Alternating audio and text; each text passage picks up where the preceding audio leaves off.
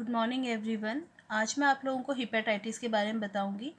Hepatitis क्या होता है, हिपेटाइटिस के टाइप्स क्या हैं, क्या इसकी ईटियोलॉजी है और पैथोजेनेसिस क्या है हिपेटाइटिस वायरस की।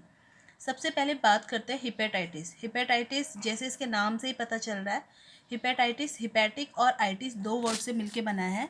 अगर हम देखें तो हिपैटिक मतलब आपको पता है लीवर होता है और आइटिस का मतलब इन्फ्लेमेशन होता है। इसका मतलब हम कह सकते हैं हिपेटाइटिस मतलब लीवर में इन्फ्लेमेशन हो रहा है या लीवर में जो लीवर की सेल्स हैं वो डैमेज हो रही हैं। इस कंडीशन को हम हिपेटाइटिस कहते हैं। हिपेटाइटिस के कुछ टाइप्स हैं, आप लोगों ने अलग अलग डिफरेंट टाइप्स हिपेटाइटिस के सुने होंगे। हिपेटाइटिस ए सुना होगा, hepatitis B, hepatitis C, D, E, hepatitis F और हिपेटाइटिस जी। इसके अलावा ऑटो इम्यून हिपेटाइटिस भी होता है और एल्कोहलिक हिपेटाइटिस भी होता है। अगर हम एल्कोहलिक हिपेटाइटिस की बात करें तो अगर अल्कोहल की वजह से जो हिपेटाइटिस होता है या लीवर की सेल जो अल्कोहल की वजह से डैमेज हो रही है उसको हम एल्कोहलिक हिपेटाइटिस कहते हैं। और ऑटो इम्यून हिपेटाइटिस का मतलब होता है जब हमारी खुद की जो इम्यून सिस्टम है वो हमारी लीवर की जो सेल्स है उसको क्या कर रही है, एज अ फॉरेन कंसिडर करके उसके अगेंस्ट अगर एंटीबॉडीज़ बनाती है, उस कंडीशन को हम ऑटो इम्यून कहते हैं। और ये हिपैटिक में ये कंडीशन, ये जो हिपैटिक सेल्स में हो रहा है इसलिए इसको ऑटो इम्यून हिपेटाइटिस कहते हैं। आपने इससे पहले रिमेटाइड आर्थराइटिस भी मैंने आप लोगों को बताया। रिमेटाइड आर्थराइटिस में क्या होता है, वो भी एक ऑटो इम्यून डिजीज़ है। ऑटो इम्यून का मतलब होता है कि जब हमारी इम्यूनिटी हमारे बॉडी के किसी ऑर्गन को एज अ फॉरेन कंसिडर करके उसके अगेंस्ट एंटीबॉडीज़ बनाती हैं तो उस कंडीशन को ऑटो इम्यून कहते हैं। तो इसका एक टाइप ऑटो इम्यून हिपेटाइटिस भी है। इसके बाद अगर हम ईटियोलॉजी की बात करें कि क्या रीज़न है हिपेटाइटिस का, तो ईटियोलॉजी में हम लोग देखेंगे कि जो आपका हिपेटाइटिस है ये दो रीज़न से हो सकता है, या तो ये वायरस की वजह से होता है या नॉन वायरस की वजह से होता है। अगर ये वायरस की वजह से हो रहा है तो हम इसको कहते हैं, ये कौन कौन से वायरस हैं जिसकी वजह से हिपेटाइटिस हो रहा है। Hepatitis A virus, hepatitis B virus, C virus, D virus and E virus.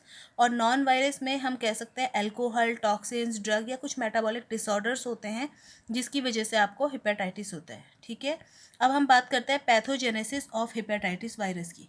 Pathogenesis का मतलब होता है कि हिपेटाइटिस का वायरस कैसे हमारी बॉडी के अंदर पेनिट्रेट कर रहा है और कैसे अब इन्फेक्शन कॉज कर रहा है। लेकिन पैथोजेनेसिस को बताने से पहले मैं आज आप लोगों को बताऊंगी कि कौन कौन से हिपेटाइटिस वायरस होते हैं और उनके क्या क्या कैरेक्टर्स हैं। सबसे पहले मैं बात करती हूँ हिपेटाइटिस ए वायरस की हम बात करते हैं। ठीक है, हिपेटाइटिस ए वायरस की अगर हम बात करें तो जो हिपेटाइटिस ए वायरस होता है ये इसकी वजह से एक्यूट इन्फेक्शन होता है। हिपेटाइटिस ए वायरस की वजह से इन्फेक्शन एक्यूट और क्रोनिक हो सकता है, या हम कह सकते हैं एक्यूट और क्रोनिक दोनों हो सकता है। अगर इन्फेक्शन एक्यूट है तो इसका मतलब है कि जो वायरस है वो आपकी बॉडी में 6 मंथ तक है या 6 मंथ से कम टाइम ले रहा है तो उसे एक्यूट इन्फेक्शन कहेंगे। अगर ये 6 मंथ से ज़्यादा आपकी बॉडी में है तो उसे क्रोनिक कहेंगे। तो जो हिपेटाइटिस ए वायरस है ये एक्यूट इन्फेक्शन कॉज करता है। जो रूट ऑफ ट्रांसमिशन है इसका, जो फैलने का इसका रूट है वो फीकल ओरल रूट है। और जो इसके अंदर जीनोम पाया जाता है वो सिंगल स्ट्रैंडेड आरएनए होता है, जिसका जो जीनोम साइज़ है वो 7.5 KB होता है। स्ट्रक्चर अगर हम देखें तो ये जो आउटर लेयर है इसे कैप्सिड कहते हैं और इसके अंदर जो न्यूक्लिक एसिड है सिंगल स्ट्रैंडेड आरएनए है। जो इन्वेलप है इसके आउटर साइड वो क्या है, इसमें नहीं है, इसकी इन्वेलप कोई इन्वेलप नहीं होता है, या हम कह सकते हैं प्रोटीन बाइलेयर इसमें नहीं है। सेकंड बात करते हैं हम हिपेटाइटिस बी वायरस की। हिपेटाइटिस जो बी वायरस है, हिपेटाइटिस जो बी वायरस है ये एक्यूट और क्रोनिक दोनों होता है। इसमें जो इन्फेक्शन होता है और ये किसके थ्रू ट्रांसमिट होता है, ये ब्लड, सेक्स और पेरिनेटल के थ्रू ट्रांसमिट होता है। हम कह सकते हैं मदर टू चाइल्ड। और इसमें जो जीनोम होता है डबल स्ट्रैंडेड डीएनए होता है। या आप इसका डायग्राम देख सकते हो, ये आउटर साइड इसका एनवेलप है जो प्रोटीन की बाइलेयर है, जो इनर साइड है कैप्सिड है और उसके अंदर न्यूक्लिक एसिड में डबल स्ट्रैंडेड डीएनए है।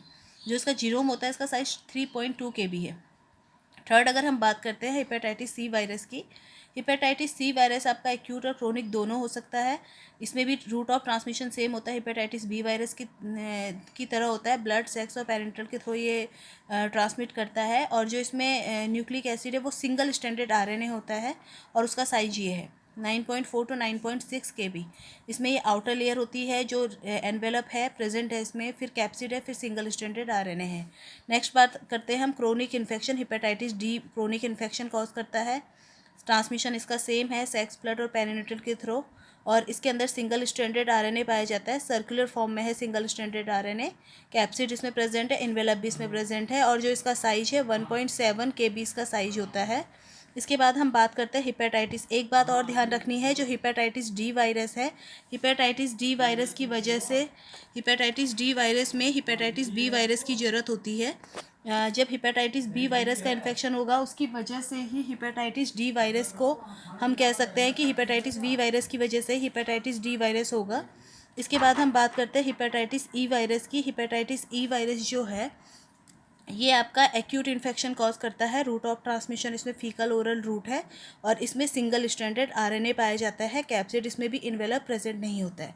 तो ये बहुत इंपॉर्टेंट था, जो आपको पता होना चाहिए कि जो हिपेटाइटिस के वायरस हैं इनका कौन सा इसमें जीनोम पाया जाता है।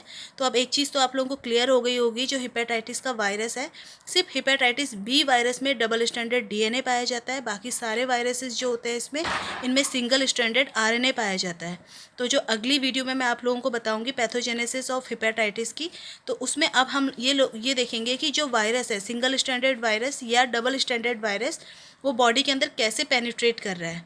ठीक है, तो अब आप लोगों को वन चीज़ तो वेरी क्लियर है कि जो हिपेटाइटिस बी वायरस है सिर्फ वही डबल स्ट्रैंडेड डीएनए वायरस है, बाकी सारे वायरसेस क्या है, सिंगल स्ट्रैंडेड है। ए सिंगल स्ट्रैंडेड है, सी, डी और ई सिंगल स्ट्रैंडेड आरएनए वायरस है, सिर्फ डी आपका क्या है, डबल स्ट्रैंडेड आरएनए वायरस है। तो अगली क्लास में मैं आपको इसकी पैथोजेनेसिस बताऊंगी कि कैसे जो वायरस है हमारी बॉडी के अंदर इन्फेक्शन कॉज करता है। Thank you.